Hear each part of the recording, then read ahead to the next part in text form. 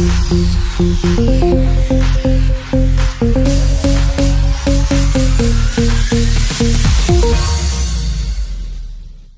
join us. First of all, how are you doing? You know we're in a pandemic. Right. Right. How are you doing? How are you navigating through this? Because you get out and you still have to work and all New Yorkers and other people across the state.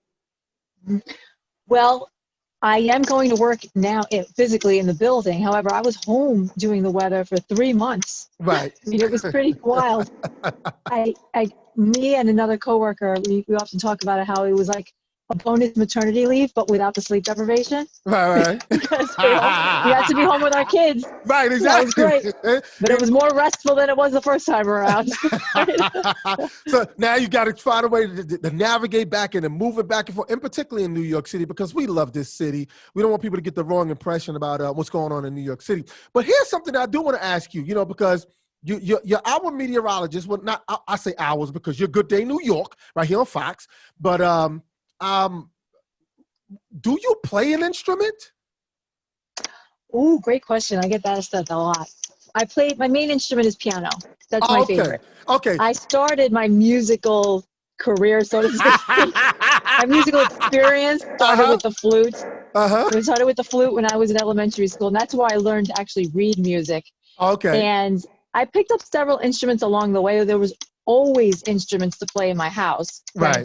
Because of who my father was, so there was always something to play. And one day, I was 10 years old. I wanted to learn to play the piano because my dad had a piano in his office in the downstairs of our house. He was always playing it. I was always banging it, but I really wanted to learn to play it. So once I learned to read music via the elementary school orchestra, it wasn't my father that taught me to read music. He took me to the music store, and literally I picked up a book that was teaching yourself how to play the piano. I taught myself to play the piano at 10 years old. Wow. Granted, I did have Tito Puente over my shoulder helping to correct me. Right. So that helped, yes. And so that was always my favorite instrument. However, I did dabble a little bit with some percussion. The vibraphones I loved. I loved the xylophone. My dad had vibes and xylophones. I loved those because they're similar to piano keys, the way it's set up. Right, exactly. Right. So the piano was always my favorite. I do still have a fantasy of learning the guitar. Okay. Never too late. Exactly. So I was going to say that. Do that. Yeah, I was going to say never too late to learn that guitar. And I was always curious myself about that because knowing you and watching you here in New York on television, and I said, well, she has such a talented family of musicians, your brother as well as Tito Puente Jr., who's also in the music industry himself. And I said, I wonder if she plays an instrument. And you just answered the question. But here's the other question I want to ask you. What made you decide to become a meteorologist? First of all, please don't be mad at me when I say this to you and don't yell at me. But obviously in school, you must have been a geek. Come on now, Audrey Puente. Science. I thought I was cool. I'm just saying, because always the young kids, we don't want to be the kids that people think we're that smart. But obviously, you found a space to enjoy and get into meteorologists and stuff like that. What made you decide this is the field that you literally was going to make this like a career move or career thing for you? Great question. I was attending Syracuse University, and I was actually studying to become a lawyer in the music industry. That was the path that I was on, believe it or not. And my last semester at Syracuse, a friend of mine said to me that there was an opening in the weather department for an intern at the local NBC station. And my eyes just lit up because I had always been fascinated with weather for as long as I can remember as a child. When the Weather Channel came out on cable television, yes, I'm old enough to remember when the Weather Channel came out. I used to go to my friends' houses to watch it because my parents would not let us have cable at first when it first came out. So I used to be obsessed with watching the Weather Channel. And at Syracuse, it was the same thing. I'd be in my dorm room or the apartment, always like literally standing in front of the big TV and motioning my hand in front of the weather map like I was one of the people on the Weather Channel. So when this internship opportunity came up, my friend literally said to me, the exact quote was, "You're always watching that stupid Weather Channel. You should apply for the internship." And I said, "Oh, that is a great idea." So I did it. And in my last semester of college, I discovered my passion. I mean, I always knew I had that passion, but I discovered that there was an opportunity to actually work in the field. With the meteorologist I worked under, he put me in front of the camera one day, and said, have you ever thought about doing this for a career? And I thought, no, I'm planning to be a lawyer. He says, I think you might have a future in it. And that was it. That was it. I graduated college and went into television. Now, actually, that's kind of hard because when you watch it, I've seen people do stuff inside studios. There's a green screen like behind you, and you literally have to know where all the marks is at. How difficult is that? That's pretty difficult to do.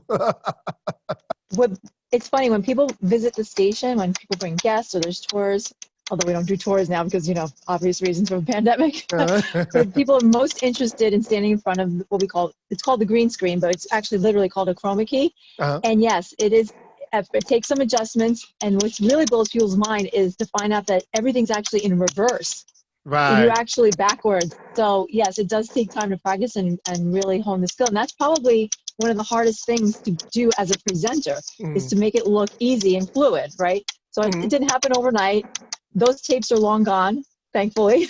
So, but you got it down. To master it. Yes. Exactly. You got it down. You mastered it. And you mastered it so well that all the work that you put into what you do as far as a meteorologist. Now, let's give Audrey a big round of applause and big hugs and love because of the fact that you are a Emmy Award winner. Come on now. Yes. Yes. Come on. Now, actually, see the expression on your face right now. We want you to spill it. How do you feel knowing that, hey, I am an Emmy Award winner here? Amazing. And just hearing you say that I'm now an Emmy Award winning meteorologist sounds amazing. I couldn't wait for that opportunity to happen. When I got the Emmy, I said, oh my God, I'm now getting to change my title.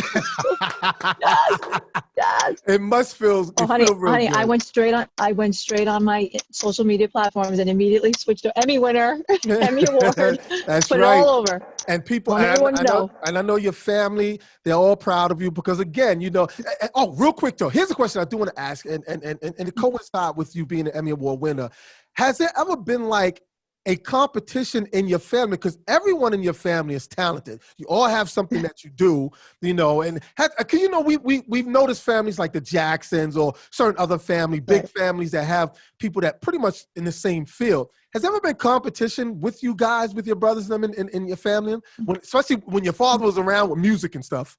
What was it like growing up with your brothers? Never. Really?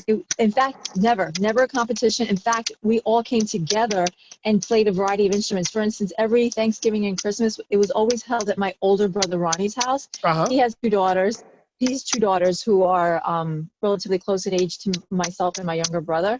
So the four of us always put on a show every holiday playing all these instruments. So it was never like that. And most of them have gone on to do things regarding music. I went the other way. Yeah, exactly. Yeah.